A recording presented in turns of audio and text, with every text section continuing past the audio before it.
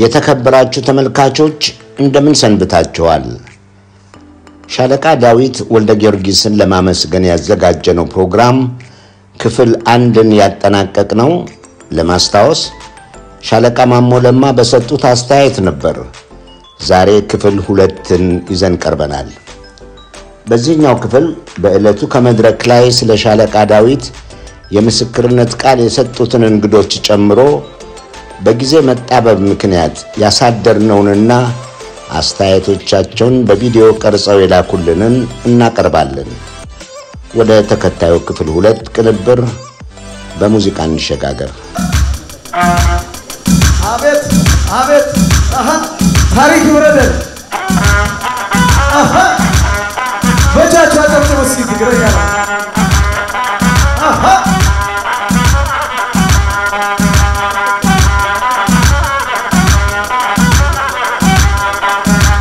ታሪክ ይፍረደን እውነት ይፍረደን ጊዜ ይፍረደን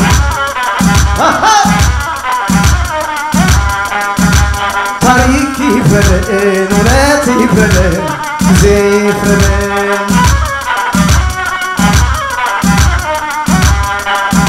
የነበረው ቀርቶ ያልነበረው ሆነ የሰራነው ስራ እንደማከረ በብዙ ዘመናት የሰራነው ስራ እንደምን ሆኖ ሲያመጣ ኪሳራ በጥፋት ላይ ጥፋት በችግር ላይ ችግር በስደት ላይ ስደት በጥፋት ላይ ጥፋት እንዲህ ከሆነ የከሆነ ታሪክ ይፍረደን እውነት ይፍረደን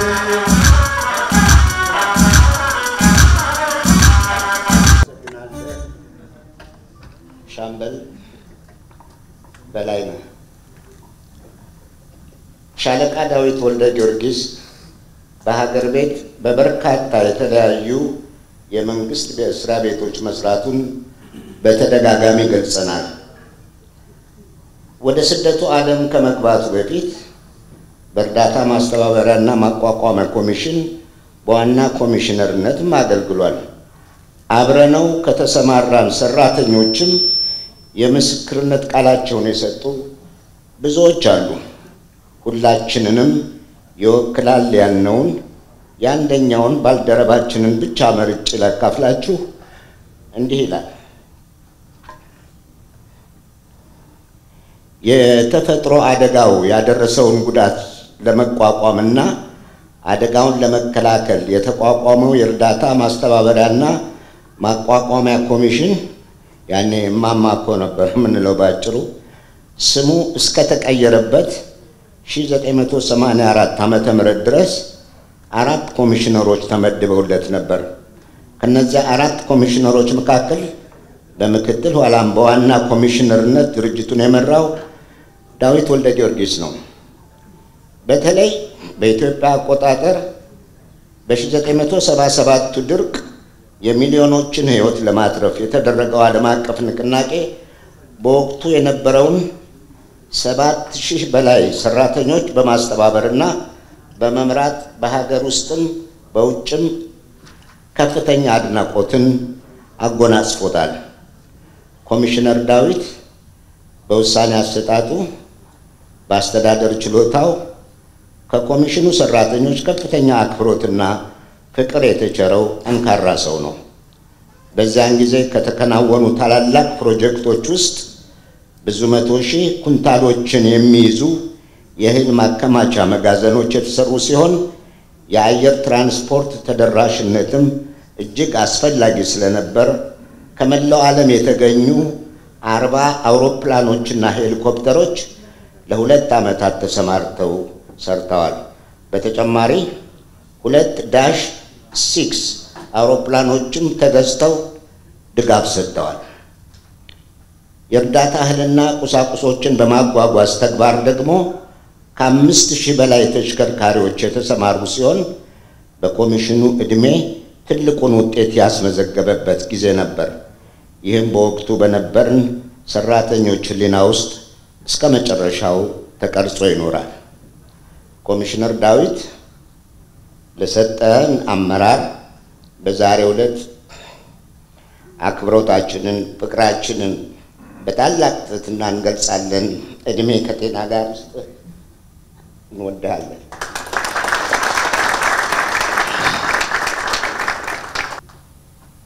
አምባሳደር ብርሃነ መስቀል ነጋ ቀጣዩ ስለ ሻለቃ ዳዊት የምስክርነት ቃል የሚሰጡ ናቸው። አብረውን ይገኛሉ። እዚሁ በኒውዮርክ የተባበሩት መንግስታት ድርጅትና በበርካታ ሀገሮች የኢትዮጵያ ዲፕሎማት ሆነው ሰርተዋል። እርሳቸው እንስማ። አንድ ሁለት ነገሮች እንደው ስለ ሻለቃ እንደማንኛውም ኢትዮጵያዊ ከዛም በመለስ ደግሞ ከቅርብ ጊዜ ወዲህ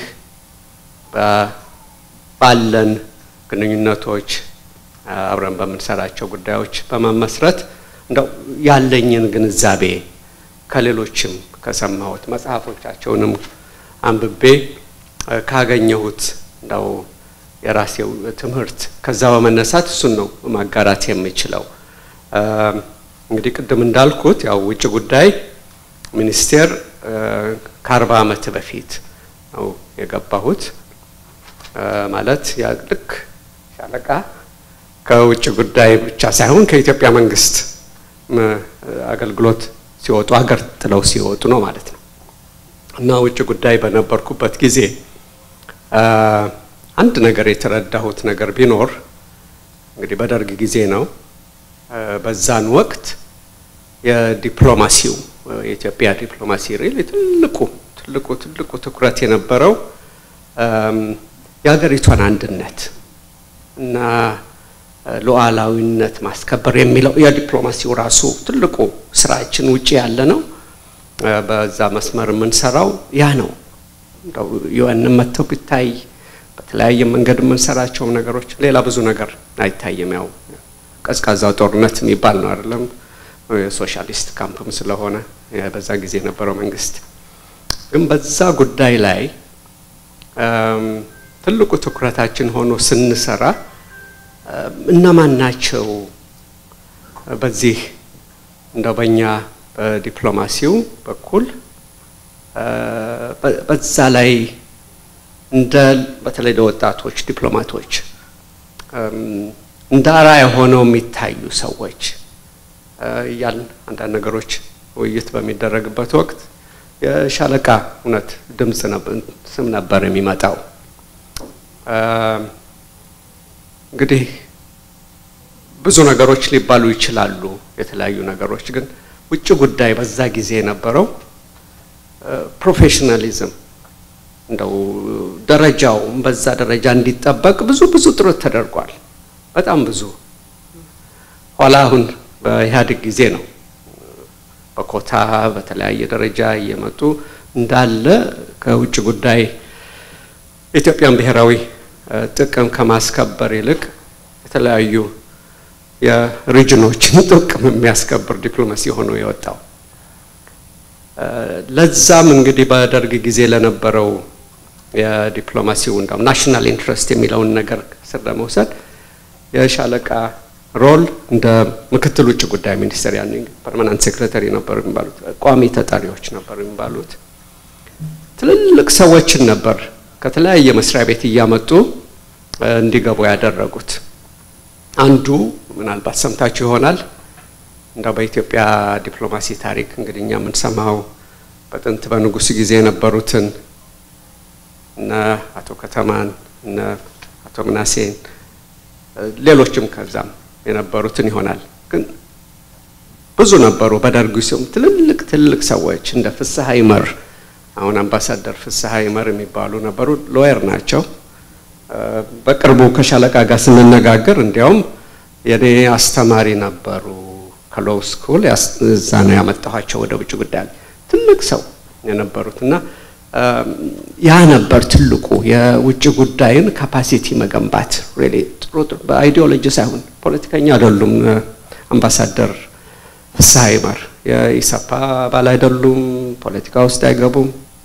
ግልጽ የሆነ ፕሮፌሽናል ካሪየር ባይሆን ፕሮፌሽናል ዲፕሎማት ሆነው የሰሩ ናቸው። እና ያ ትልቅ ነገር ነው ሪሊ አርቆ ማየት ማለት ነው በዛ ሌቭል ያለውን። ከዛም ብዙ ነገሮች አይ ቲንክ ከብዙዎቹ ዲፕሎማቶች ጋር ስለ ሻለቃ እንዲሁ ሐሳቦችም ዕውቀቶችም አግኝቻለሁ።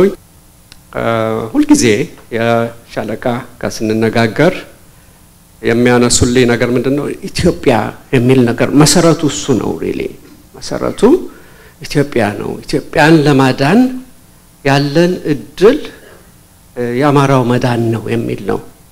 ያ ነው እንግዲህ ኢትዮጵያዊነት ሪሊ ስሜት መሰረቱ። ብዙ ነገሮችን እንዲሁ በግንባር ለመገናኘት ሁለተኛ ጊዜያችን ነው ስንተያይ። አንድ ጊዜ እዚህ ውስጥ ለስብሰባ እንደዚሁ፣ አሁን ደግሞ ሁለተኛ። ግን በስብሰባዎች በዙም በተለያየ ነገር በስልክም እንደግል ብዙ ነገሮች ስናወራ ስንነጋገር ብዙ ትምህርቶችን ያገኘሁት። ብዙ ትምህርቶችን በዛ ሌቭል ያላቸውን ተቆርቋሪነት ያላቸውን ስሜት ይሄ ስለ ስልጣን አይደለም፣ ስለ ሀብት ስለ መታወቅም አይደለም። በዛ ሁሉ አልፈዋል። ከዛ በላይ ምንም የሚገኝም ነገር የለም። በአሁኑ ጊዜ ደግሞ ህሊናን ከሸጠ ማንኛውም ሰው እንኳንስ በዛ ሌቭል ብዙ ማድረግ የሚችሉ ሰው ይቅርና የተፈለገው ማግኘት ይቻላል አሁን በአገራችን ደረጃ። ግን በመርህ ደረጃ ነው ሪሊ ለህዝቡ ለአገሯ በማሰብ ነው። አይ ቲንክ ያ ነው ትልቁ ለኔ አሁን እንደው ከሻለቃ ጋር መስራታችንን በተለያዩ ነገሮች ላይ እንደ ክብርም የማየው በጣም የሚያስደስተኝ እና እንደዚህ አይነት ሰዎችን የማይገኙ ሰዎችን ዕውቅና መስጠት ትልቅ ሪሊ ስራ ነው የሰራችሁት። ሁሉንም የሚያበረታታ ነው። እግዚአብሔር ይስጣችሁ። አመሰግናለሁ።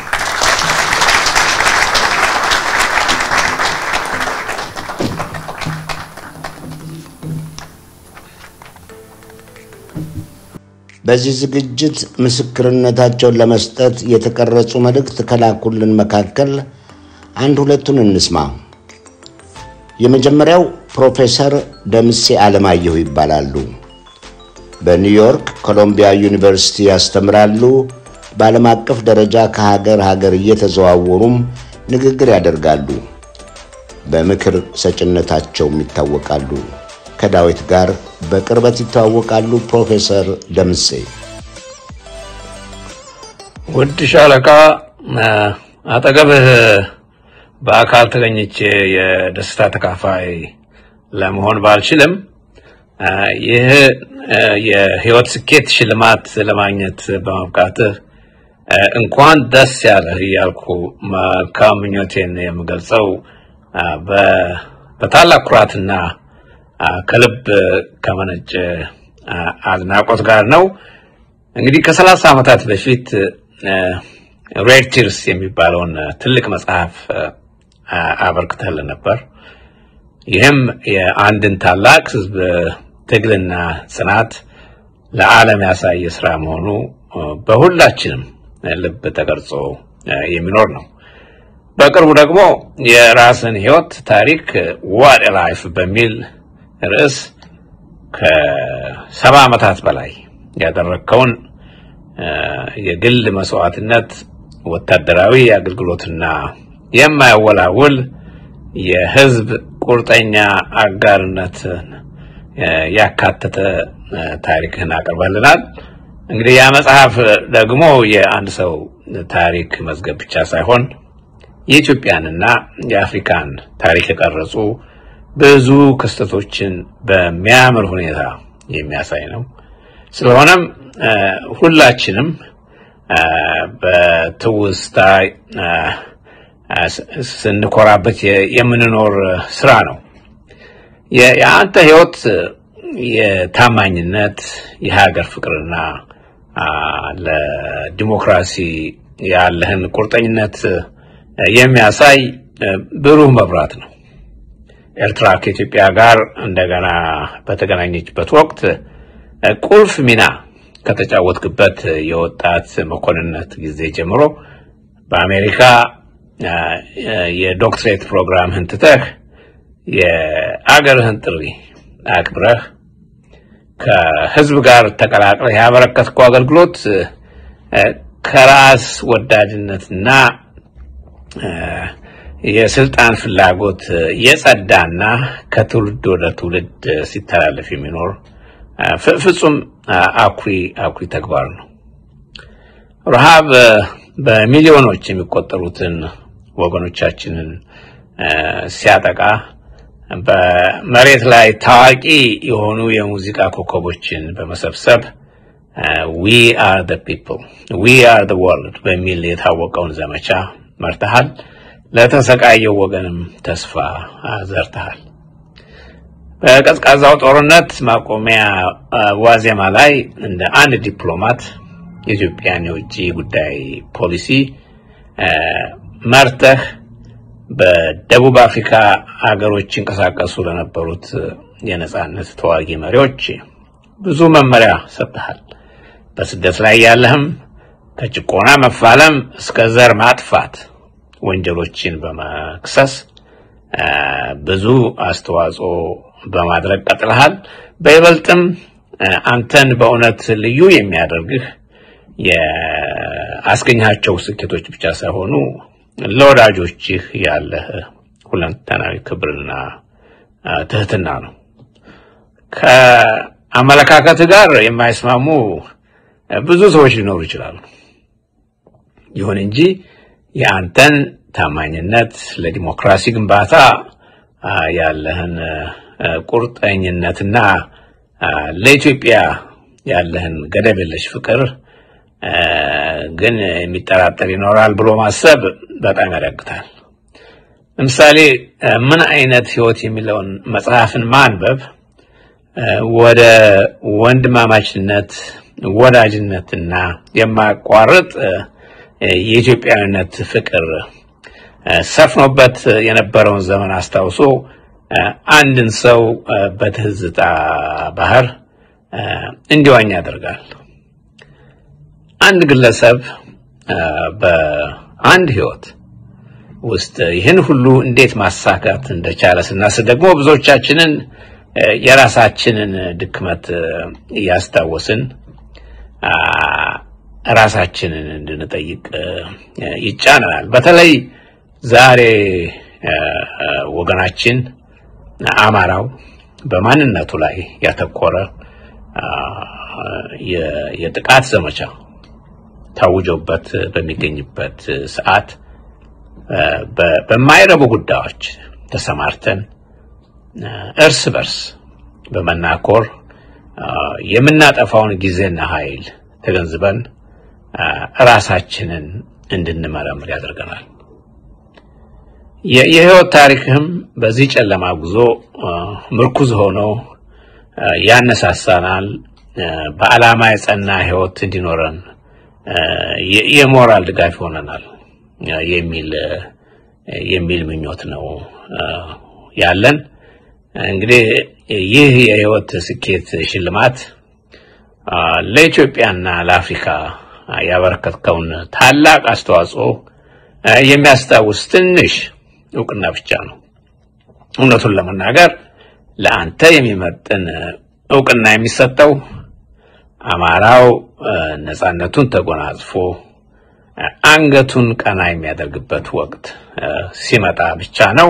እሱም ሩቅ እንዳልሆነ አንተም ሁላችንም የምንረዳው ግንዛቤ ነው። እንግዲህ እንደገና ከልቤ እንኳን ደስ ያለህ እያልኩ ህይወትህ ለአማራው ትውልድ ያወረስከው መመሪያ ብርሃን ነውና አሁንም በምስጋና እውነትም ምን አይነት ህይወት what a life በማለት አድናቆቴን ያረጋግጥኩ ረጅም እድሜና ጤና እንዲኖርህ እመኛለሁ። በቅርቡ እስከምንገናኝም ደህና ሁን እያልኩ ሰናበታለሁ። ወዳጅህ ደምሴ ነኝ። ሌላው ፕሮፌሰር በእለቱ አዳራሽ ውስጥ የተገኙት በጊዜ መጣበብ ግን አስተያየታቸውን ማካተት ያልቻልነው ናቸው። ዴል ኮይ ይባላሉ። ጡረታ ላይ ቢሆኑም ኦንላይን በትርፍ ጊዜ ያስተምራሉ። ከፕሪንስተን ኒው ጀርሲ ነው የዶክትሬት ዲግሪያቸውን ያገኙት። ነዋሪነታቸው ኒው ሃምፕሸር ሲሆን የሻለቃ ዳዊትን ሁለት መጽሐፍት ሬድ ቲርስና ዋት ኤ ላይፍን ኤዲት ያደረጉት እርሳቸው ናቸው። ፕሮፌሰር ዴል ኮይ። Hello, my name is Dale Coy, and I'm so glad to be given the chance to speak on this occasion that honors my friend Dawit Wolde-Georges. I first met Dawit almost 40 years ago in 1986, when I had finished my graduate work and was looking for a job. I'd heard from a friend that an Ethiopian government official was looking for an editor for a book he was writing, and we met, and Dawit agreed to give me a try. So for the next several months, he would send me chapters written out in longhand because he didn't type, or sometimes he would read me a chapter on a cassette tape, and I would type it out into my brand new Macintosh computer.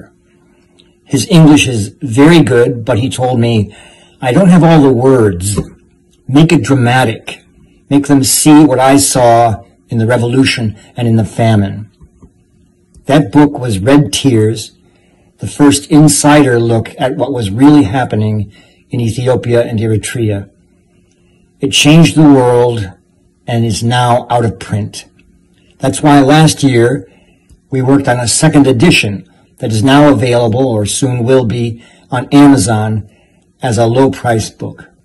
I found out 6 years ago when, out of nowhere, he contacted me. We had a happy reunion in Boston with our wives, and he said, I have another book that I want you to edit, my autobiography. And how could I refuse? And boy, did I find out what he'd been doing. A lot. I was never bored during the COVID years. I was editing that book, living Dawit's life over again. And as the title says, what a life. One thing that becomes very clear when you read Dawit's autobiography is how much he cares about people, those in need, those who've suffered, those who mourn, those who are poor in spirit, as the Bible says. He has always cared about the Ethiopian people and Eritrean people, to be sure, who've suffered so much over the years, but not just them. His work has shown how much he cares about those in need wherever they may be, Liberia, Rwanda, Darfur, the list goes on and on. Where does this tremendous compassion come from? It clearly begins with his origins, his family. It begins with his father, Wolde-Georges Wolde-Johannes. Thank you, Dawit, for all you've done. እንግዶች ዝግጅታችን ሊገባደድ ጥቂት ጊዜ ይቀረዋል። ከዛ በፊት አስተናጋጅ ኮሚቴው ለሻለቃ ዳዊት ወልደ ጊዮርጊስ ያዘጋጀው ሽልማት እናበረክታለን። ቀኑን ለማስታወስ ያህል የቀረበች ትንሽ ስጦታ ናት። ይህችን አነስተኛ ስጦታ እንዲያበረክቱልን ደግሞ ፕሮፌሰር ጌታቸው በጋሻውን ወደ መድረኩ እጠራለሁ። ዶክተር ጌታቸው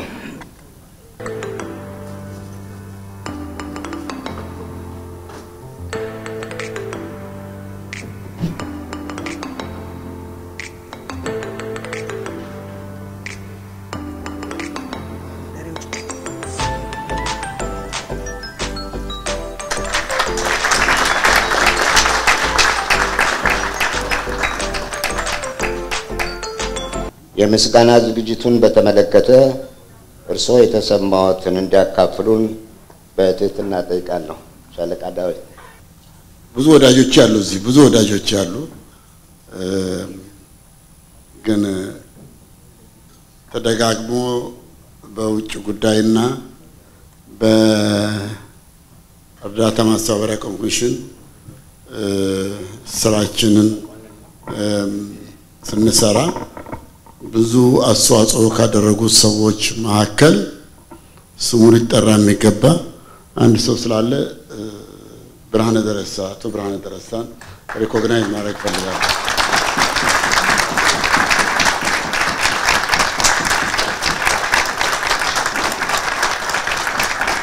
አቶ ብርሃነ ደረሳ ከልጅነቱ ጀምሮ ኮሎምቢያ ተምሮ እዛው ውጭ ጉዳይ ውስጥ ያደገ ልጅ ነው ያደገ ሰው ነው ልጅ ያደገ ሰው ነው እና ውጭ ጉዳይ ነው የተገናኘ ነው ውጭ ጉዳይ የዲፓርትመንት ኃላፊ ነበረ በጣም ኤሎኩዌንት የሆነ በጣም ብዙ ያስተማረኝ ሰው ነው እሱ እኔ ከዛ ተዘዋውሬ ለሌላ ቦታ ሲርሱ እዛው ቆየ እንደገና ወረዳታ ማስተባበሪያና ማቋቋሚያ ኮሚሽነር ሆኜ ስመጣውን ብዙ የተወራው ያ ትልቁ ረሃብ ጊዜ ምክትል ኮሚሽነር ሆኖ መጥቷል እኔጋ ስለዚህ በምክትል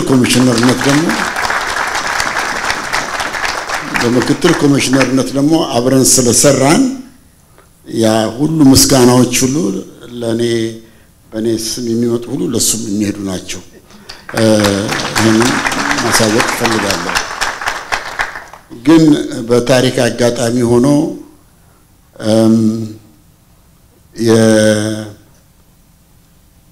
የአዲስ አበባ ከተማ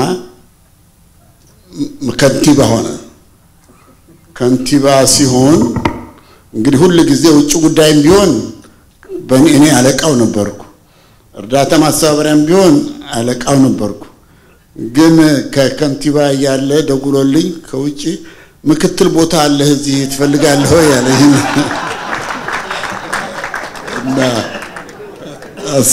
አስታወሰኝ ማለት እና ውድ ወንድሞቼ እህቶቼ ልጆቼ አባት እንኳን የሚሆን የለም እዚህ ያው በኔ መታ መሆን አለባችሁ ይሄን ስሜት ለመረዳት በቅርብ ቀን ነው ይሄን ዝግጅት መደረጉን ያወቅኩት አዘጋጆቹ ብዙ ወጪ ያጠፉበት ከሁሉም የበለጠ በሙሉ ኢትዮጵያዊነት ስሜት በቅንነት ያደረጉበት በመሆኑ ታላቅ ሰዎችን ማመስገን ወዳለሁ በተለይም ታላቁ ጋዜጠኛ ሰለሞን ክፍሌ በጣም ማቀው በእርዳታ ማስተባበሪያ ኮሚሽን ጊዜ አብሮን የሰራ በሚዲያ በኩል እና ኢንተርናሽናል ጋዜጠኞችን በማስተናገድ በኩል ትልቅ አስተዋጽኦ ያደረገ ወዳጄ ነው እዚህ ሀገር ስመጣ ማርፈው እሱ ቤት ነው ስለዚህ ቅርበታችን ያን ያለው ዛሬ ለተደረገ ነገር ከዚህ የበለጠ በህይወቱ ሽልማት አይኖርም ቃል አይበቃም እኔም በሰው ፊት እኔነቴን እንዳውቅ አደረገኝ በፖለቲካ አስተያየቴ ወይ በንግግሬ ያስቀየምኳችሁ የማትወዱኝ በዚያ መጠን ደግሞ ብዙ የምትወዱኝ ሰዎች እንዳላችሁ አውቃለሁ መኖርም አለበት ላስቀየምኳችሁ አከብራችኋለሁ እንጂ አልቀየም ዛሬ ፊታችሁ ቆምኩት ግን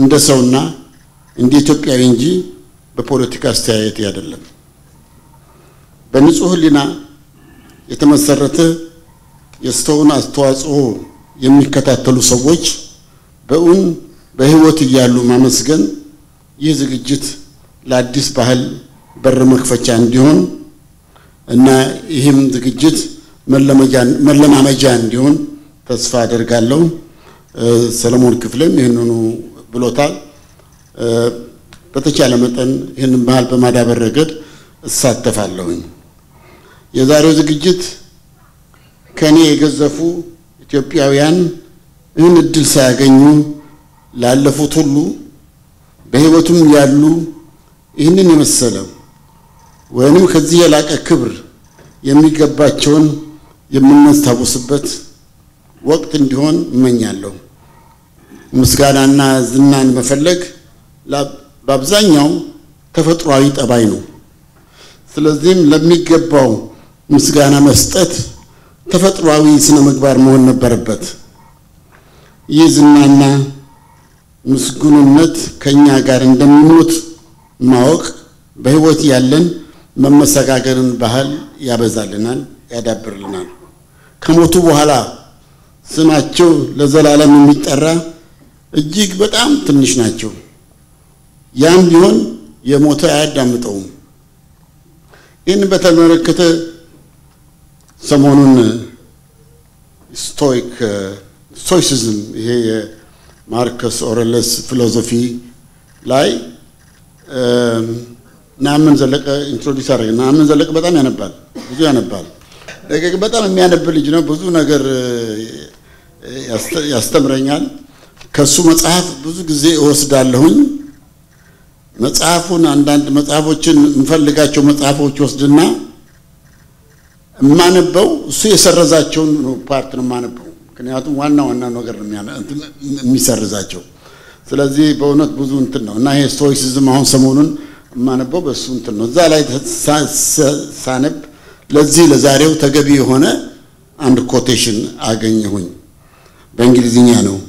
ማርከስ ኦሬሊየስ ኤምፐረር ነበር፣ የሮማን ኤምፐረር በ120 ከክርስቶስ ልደት በኋላ 120 ዓመት በኋላ የነበረ የሮማን ኤምፐረር ነው። Marcus Aurelius offers some advice for those who believe there is an immortal fame. He says, such fame is an empty, hollow thing. After all, think about how foolish it is to want to be remembered, glorified after we die. For one thing, since we are dead, we will not be able to enjoy our fame. For another, we are foolish to think that future generation will praise us without even having met us, when we find it so difficult to praise those live people around us whom we know who are our contemporaries, even though we meet them routinely. And instead of thinking about the future fame, we should do well to concern ourselves with our present situation and make the best of every day. Now, ከሞቱ በኋላ እንደ በጣም ትልቅ አማኞች ካልሆነ በስተቀር ከሞትን በኋላ አናዳምጥም።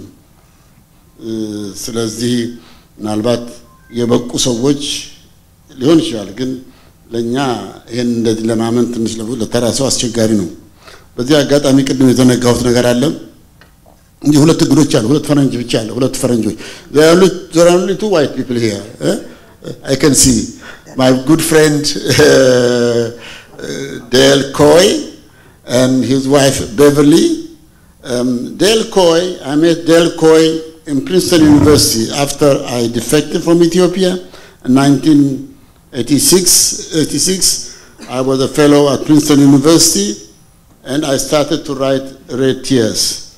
And Dale then was studying for his PhD at Princeton. I barely knew how to type first.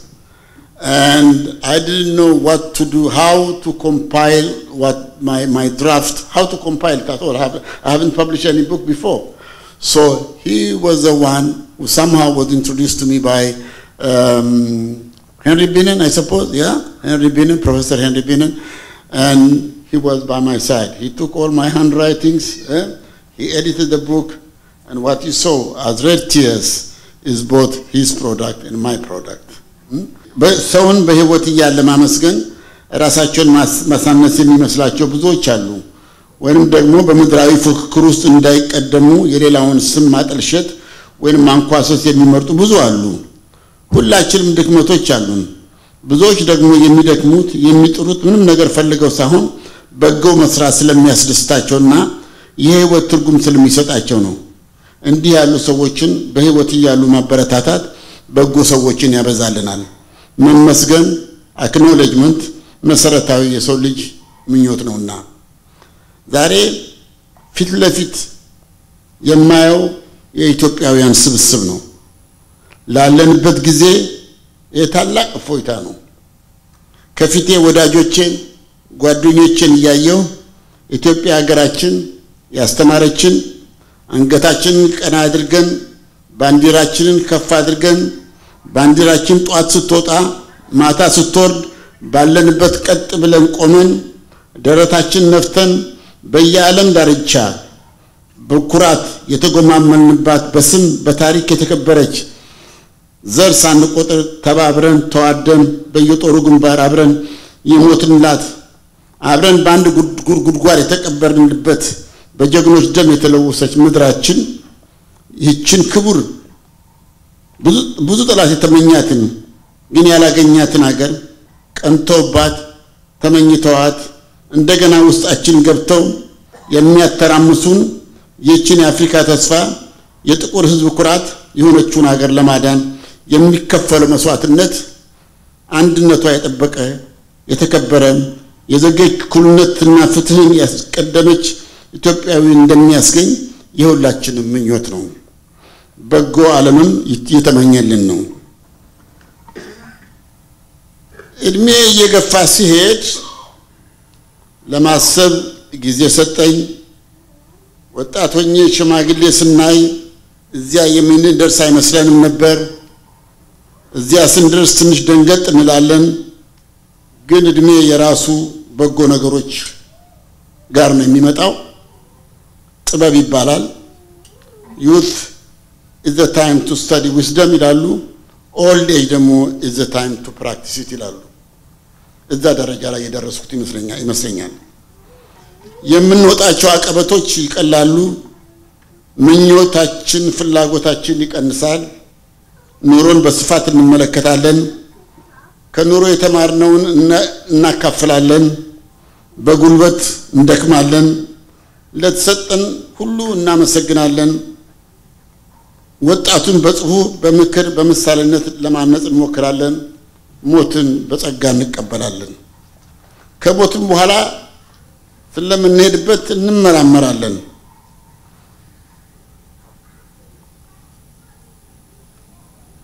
ምኞቴ የሚሰማ የሚረዳ ወጣት ያብዛልን ነው። ሞትን የምንፈራው የምንሄድበትን በርግጥ ስለማናውቅ ነው። እርግጠኞች ጥቂቶች ናቸው። ከሞት በኋላ የምንሄድበትን ሙሉ በሙሉ የምናውቅ ቢሆን ኖሮ ሁሉም ጻድቅ በሆነ ነበር። መሞት የኛ ጉዳይ አይደለም፣ የእግዚአብሔር ጉዳይ ነው። ሞት አለ ብለን መኖርን ማቆም የለብንም። የተፈጠርነው እንድንሞት ሳይሆን እንድንኖር ነው። ሞት የእግዚአብሔር ጉዳይ ነው። መኖር ማለት ደግሞ ባለን የአእምሮም ሆነ የሰውነት አቅም መሰረት መስራት ነው። መስራት እየቻሉ አለመስራት የእግዚአብሔርን ቃል የሰውንም የመኖር ፍልስፍና የሚቃረን ነው። ስለዚህ እኔም ይሄው በዚህ እድሜ እየሰራሁ ነው። የምችለውን ከመሞከር ተቆጥቤ አላውቅም። እኔ ውጤት የምለው ሙከራዬን ብቻ ነው። ባለመሞከር ጸጸት አለ። ውጤቱ ግን ከኛ በላይ በሆኑ ምክንያቶች ስለሆነ ከዚያ ተምረን እንደገና መሞከር እንጂ ሙከራችን ስላልተሳካ የምንችለውን ከመስራት መቆጠብ የለብንም። እኔ አቅምና ችሎታ ካለኝ የምመኘውን ከመሞከር ተቆጥቤ አላውቅም። ፌለር ማለት ለኔ መውደቅ ማለት አለመሞከር ነው። በቅን ልቦና ሞክሮ የሚፈለገውን ውጤት አለማግኘት ፌለር አይደለም፣ ውድቀት አይደለም ብዬ ነው የማስበው። ስለዚህም ታሪክ የሚፈርደኝ በቅን ሙከራ እንጂ የተመኘሁትን ግብ ወይም ህዝብ የተመኘውን ግብ ባለማግኘት እንደማይሆን እመኛለሁ። የደረስኩበት እድሜ ብዙ ወዳጆቼን፣ ዘመዶቼን፣ ሁሉም ወንድሞቼንና እህቶቼን ያጣሁበት የሀገራችን ኢትዮጵያ ሁኔታ እየከፋ የመጣበት ዘመን በመሆኑ እያዘንኩ በጽሁፍና ምርምር ውስጥ አተኩሬ ተራዬን እጠብቃለሁ። በዜግነቴና ኢትዮጵያ ባደረግኩላት እኮራለሁ። የዜግነትን የአንድነትን ጣዕም ሳያውቁ በትግል ላይ ላለው ትውልድ ሙሉ ድጋፌና ምኞቴ አይለያቸውም። ተስፋዬ ብሩህ ነው።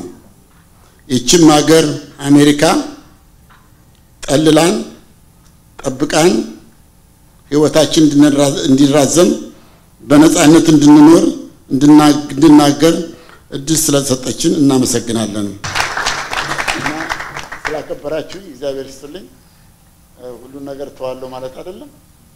ያው በምችለው አቅም እረዳለሁ። ቅድም እንዳልኩ ሁሉ ነገር እረዳለሁ።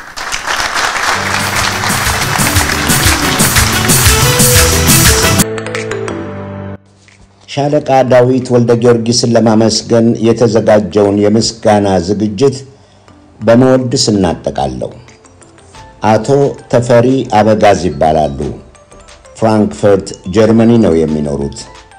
የሻለቃ ዳዊትን የህይወት ጉዞ እከታተል ነበር ብለዋል። ተከታዩን አጠር ያለች ግጥም ልከውልናል። አንተኮ ይላል ርዕሱ። አንተኮ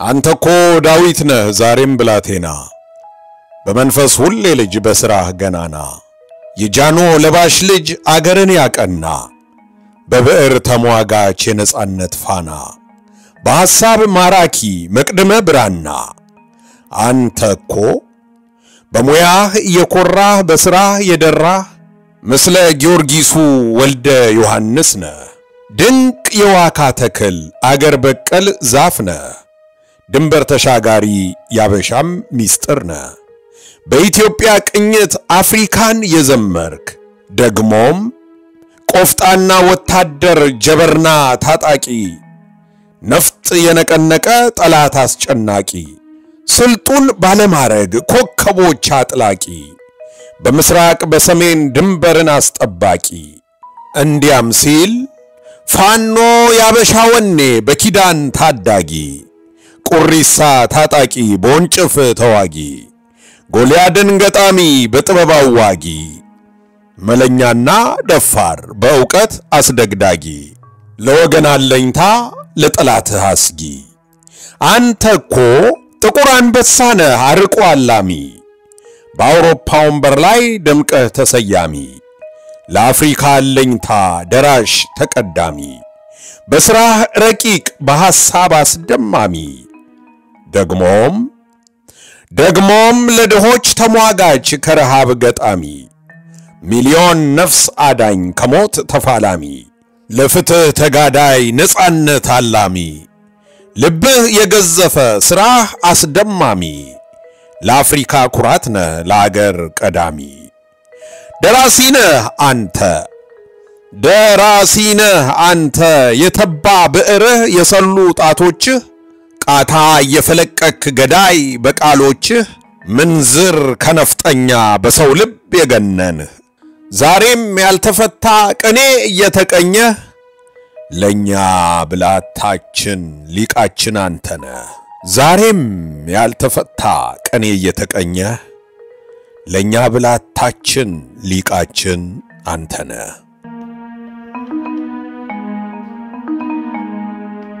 ከተፈሪ አበጋዝ ኦክቶበር 25 2025 አንባቢ ኢዮብ ዮናስ መጽሐፍትን በድምጽ በሁለት ክፍል የቀረበውን ዝግጅት የተከታተላችሁና አስተያየቶቻችሁን ያካፈላችሁንን በሙሉ እናመሰግናለን።